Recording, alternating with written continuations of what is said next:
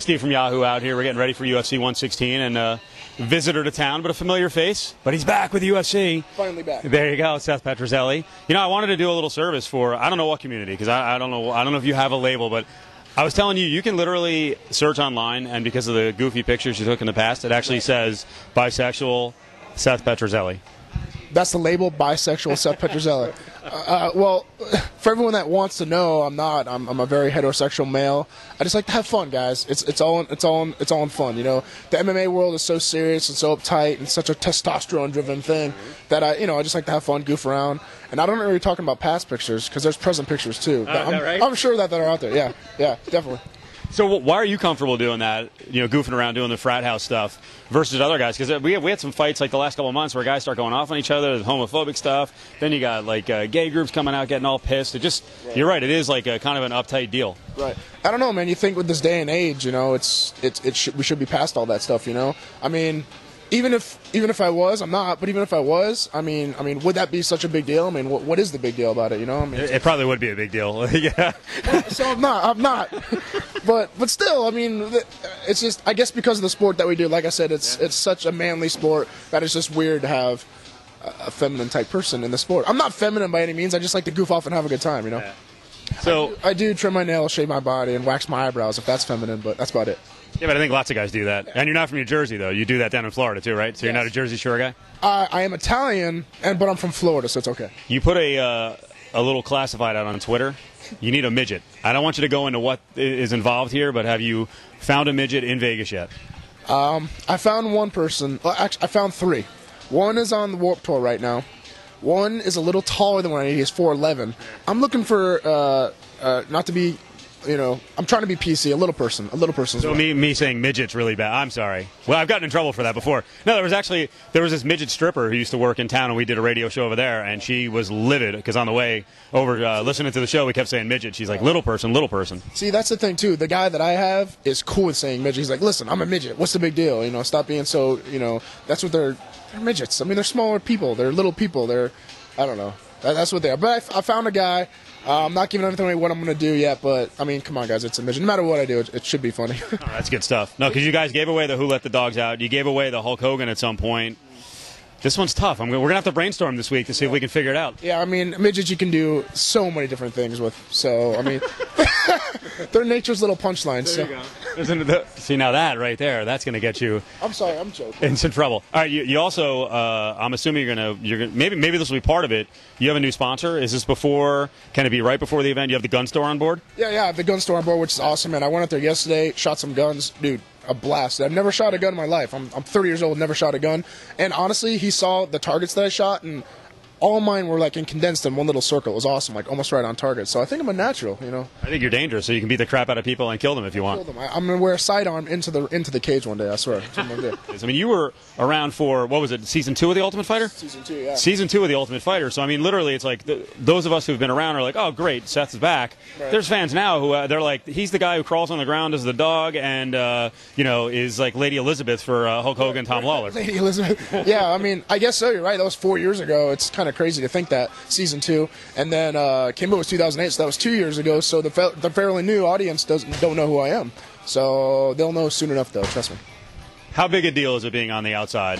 Waiting as you're trying to get, and because we hear, oh, it's great to be on the smaller circuit. You can take any fight you want. It's not easy to get fights. No. I mean, I've only had 4 fights since I got let go of the UFC. I had a fight scheduled every like 3 or 4 months, so I could have had 10 fights. They just get canceled. The opponent backs out. It's so tough fighting on the lower shows. Yeah, the pay is good, if not maybe a little better than UFC at sometimes. Minus the knockout submission bonuses that they give us. But yeah, they cancel all the time. They're not organized. It sucks. So it's really frustrating knowing that I can compete with the best in the UFC and not being in there. But I knew, I lost. I knew I had to go outside and get my wins back to be back in. I did it. So you had a connection. Don't take this the wrong way, but in a way, you being around Tom and doing the seriously doing the goofy. But doing the goofy entrances, at least being in the locker room, Joe Silva can see you, Dana White can see you. Right. In a way, it got you the attention maybe that other guys weren't getting. Very true. I don't want to give Tom any of the credit, but yes, being with Tom and being his sidekick for the time being, it definitely helped me. Being in his face, knowing that I'm still there. Every time I saw him, I'm like, hey, how's it going? Mr. Silva, I'm still training, fighting, wanting to get back in there. So I was in his head a lot, definitely. All right, I'm going to give Tom the credit because I do think the Dan Severn hair and stash, you automatically deserve to be in, just based on the fact that you guys put that together. Yeah. That was outrageous. Just so you know, I'm the one that dyed his hair black and dyed his mustache black for that fight. So, you know what? I don't even care if he does Dan Severn ever again. I don't care if you do it, but if he has to do that stash no matter what. It's going to be known as the Lawler stash now. Yeah, flavor saver.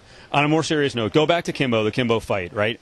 A lot of us who do the blogs, we wrote, hey, Petruzelli, what the hell was he doing? He went on this radio show. The whole thing blew up. Do you think we blamed you too much? Do you think we kind of screwed you in that whole deal? I mean, a little bit. Just the media got a little bit out of control with what I said. I mean, if you take what I said word by word, it could be meant a million different ways. That was my fault. I mean, obviously it was my fault for wording it that way.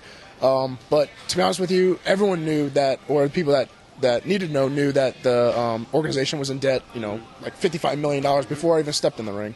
So obviously it didn't help when the controversy came about, but I don't think I deserve full credit for closing the entire organization. It wouldn't have mattered. They would have gone under. Eventually, maybe not that time, but maybe the next fight or maybe the fight after that. I mean, it was just poor management. That's not my fault. Yeah. I told you had other fighters like Scott Smith saying I wouldn't sign the guy. He's out of control. Yeah, I still don't know who that guy is. Well, watch this Saturday. Well, actually, we're going to have this next week, but follow the result of Kung Lee and Scott Smith. Maybe Scott will win. Maybe Kung will destroy him. I don't know. Kung Lee's the man. Kung Lee will beat whoever that guy is. He'll beat him. And last thing, looking back on the Kimbo experience, you got a ton of attention. You're still searched as the guy, the first guy to knock him off. Did it turn out to actually be a good thing when you didn't get to fight a whole lot and you had to wait this long to get a steady deal again? Yeah, not really, because obviously my pay increased a little bit from that fight. That really wasn't such a deterrent from the organizations getting me. It was more just finding an opponent to fight me after that fight. Obviously, right after Kimbo, I couldn't go back to the UFC because it was still too close from when I got cut. Strikeforce, didn't really want me because of the Showtime thing, because they were attached to, Elite and whatnot. So, yeah, I was kind of in limbo, and it kind of sucked. The only thing that it helped me out with was people knowing my name, whether it be good or bad, and increasing my pay for my fights. That's about it. We should ask you, why'd you come out to Vegas for early training? I came out here a week early. One, to get acclimated to the weather. I mean, it's a little bit above Florida, 3,000 feet compared to under sea level. Two, I'm my good buddy Mike Whitehead. I'm still in contact with him since season 2. I'm still good friends with Keith Jardine too, but I came out here for the camp since it was in Vegas. Trained with one of the best teams out here, One Fight Team. Great group of guys out here. I'm having a blast so far. And then the conditioning that he's put me through too has been really intense. So I'm enjoying the entire week being out here. And you were serious a little while ago, saying you're back, better than ever. This is a serious deal. I mean, it's not. It is make or break. I mean, you get a second chance at UFC. You better take advantage of it. Right, 100%. You don't get a third chance. The second chance is all you're going to get. So, like I said in one of my other interviews, it's make or break. You're going to see a brand new me coming. I've improved tremendously in the past 4 years with letting my hands go and not concentrating so much on my kicks and my karate kicks and stuff like that. Yeah, they work, but like I learned from Matt Hamill, they're not going to work against a wrestler like that. So you're going to see my hands fly.